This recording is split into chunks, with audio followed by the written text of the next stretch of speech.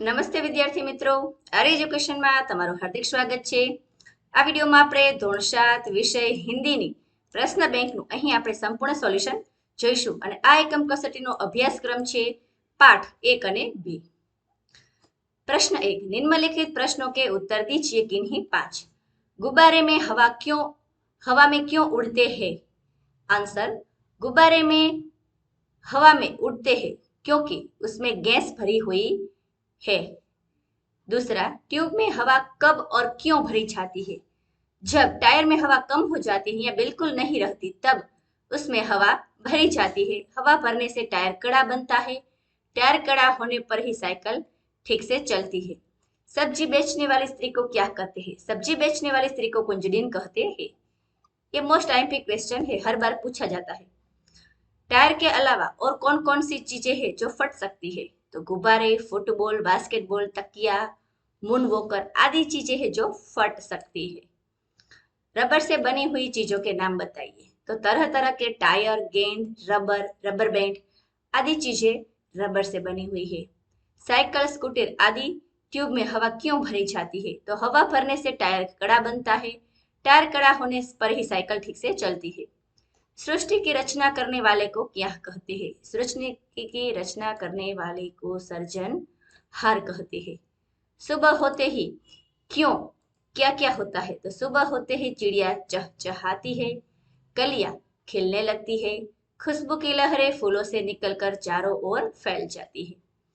मैदानों और बागों में हरियाली कब लहराती है? तो मैदानों और बागों में हरियाली वर्षा ऋतु में लहराती है. रिमझिम बरसती बारिश का दृश्य हमें कैसा लगता है? रिमझिम बरसती बारिश का दृश्य देखकर हम खुश हो जाते हैं, हमें अच्छा लगता है. तुम ईश्वर को क्यों याद करते हो? इतनी अच्छी सृष्टि बनाई है इसलिए हम ईश्वर को याद करते हैं.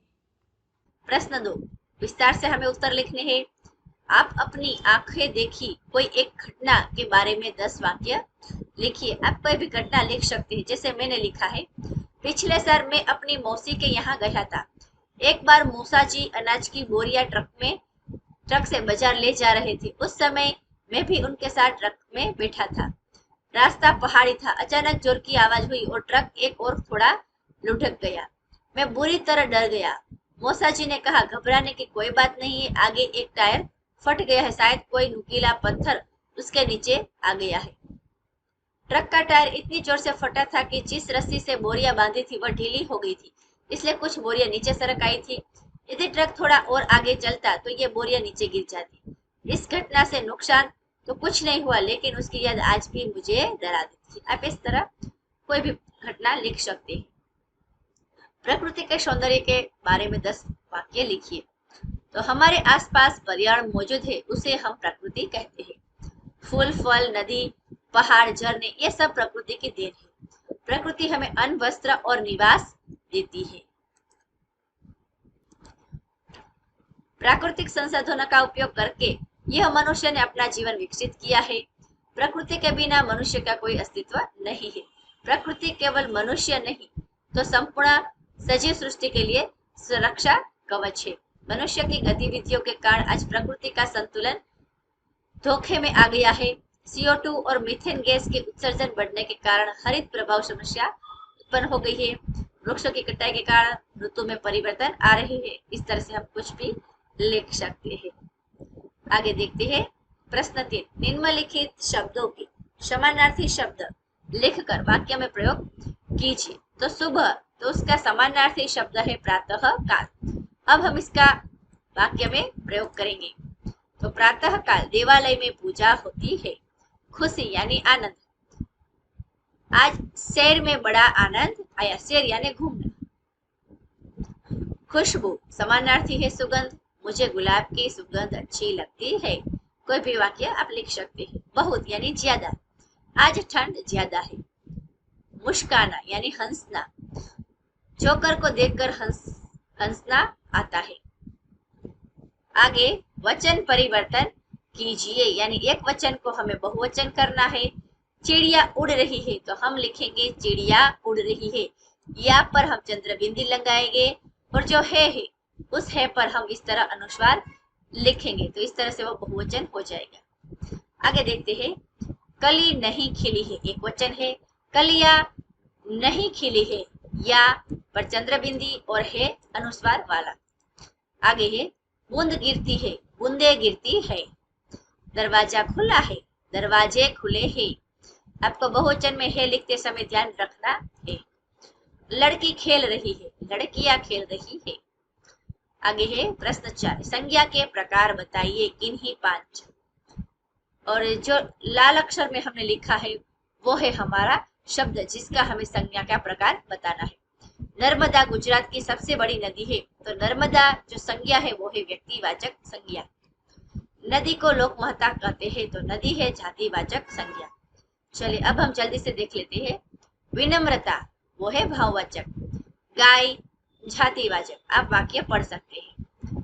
तेल द्रव्यवाचक, आशा व्यक्तिवाचक, भीड़ समूहवाचक, सैनिक जातिवाचक, अहिंसा भाववाचक। आगे है शरबत द्रव्यवाचक, गाय जातिवाचक, क्षमा भाववाचक, हिमालय व्यक्तिवाचक, चढ़ाई भाववाचक, कुत्ता जातिवाचक, नीम व्यक्तिवाचक, भीड़ समूहवाचक, चिड़िया जातिवाचक, गाय भी जातिवाचक। शांति दया प्रेम आदि जो भाव है उसे हम कहेंगे भाववाचक संज्ञा। पौधे जातिवाचक, गिरनार व्यक्तिवाचक, गंगा व्यक्तिवाचक, पेड़ जातिवाचक, टोली समूहवाचक, और लास्ट में है हिंसा वो है भाववाचक। चलिए लास्ट प्रश्न, काव्य पंक्ति का भावार्थ स्पष्ट कीजिए किन्हीं 1। आप पंक्ति पढ़ सकते हैं। जब छम छम बूंदे गिरती है, बिजली चमचम करती है, हे सर्जनहार प्रभु तब याद तुम्हारी आती है। ये है हमारी काव्य पंक्ति। भावार्थ देखेंगे। वर्षा ऋतु में छम छम कर वर्षा की बूंदे गिरती है, चम चम कर बिजली चमकती है। जब मैदानों वनों और बागों में हरियाली लहराने लगती है, तब यह सब देखकर सृष्टि की रचना करने वाले प्रभु मुझे तुम्हारी याद आती है। ये उसका भावार्थ यानी कि अर्थ है। दूसरी है जब बहुत सुबह चिड़िया उठकर, तो आप ये पंक्ति पढ़ सकते हैं, आपकी पाठ्य पुस्तक में से है। हम सिर्फ भावार्थ देखेंगे। चिड़ियों भोर में जल्दी उठकर इस तरह चहचहाने लगती है जैसे वे खुशी के कुछ गीत गा रही है। कलियां भी अपने दरवाजे खोल खोल कर दुनिया पर मुस्काने लगती है। खुशबू की लहरें फूलों में से निकलकर चारों ओर फैलने लगती है। इस सृष्टि को रचने वाले हैं प्रभु, यह सब देखकर मुझे तुम्हारी याद आती है। और तीसरी, खुशबू की लहरें जब घर में बाहर आ दौड़ती है, तो इसका भावार्थ देखेंगे। खुशबू की लहरें घर से बाहर दौड़ लगाती है, जब ठंडी ठंडी हवा भी पता नहीं कहां से अपने साथ ढेर सारी मस्ती उठाकर आती है। यह सब देखकर है सृष्टि की रचना करने वाले प्रभु मुझे तुम्हारी याद आती है। तो विद्यार्थी मित्रों, आ હતું ધોરણ 7 વિષય હિન્દીના એકમ કસોટીના પ્રેક્ટિસ પેપરનું સંપૂર્ણ સોલ્યુશન। પણ વિદ્યાર્થી મિત્રો બધા જ પ્રશ્ન મોસ્ટ આઈએમપી છે। તમારી જે પ્રશ્ન બેંક હશે ઓરિજિનલ, એમાં આમાંથી ઘણા બધા પ્રશ્નો બેઠે બેઠા હશે।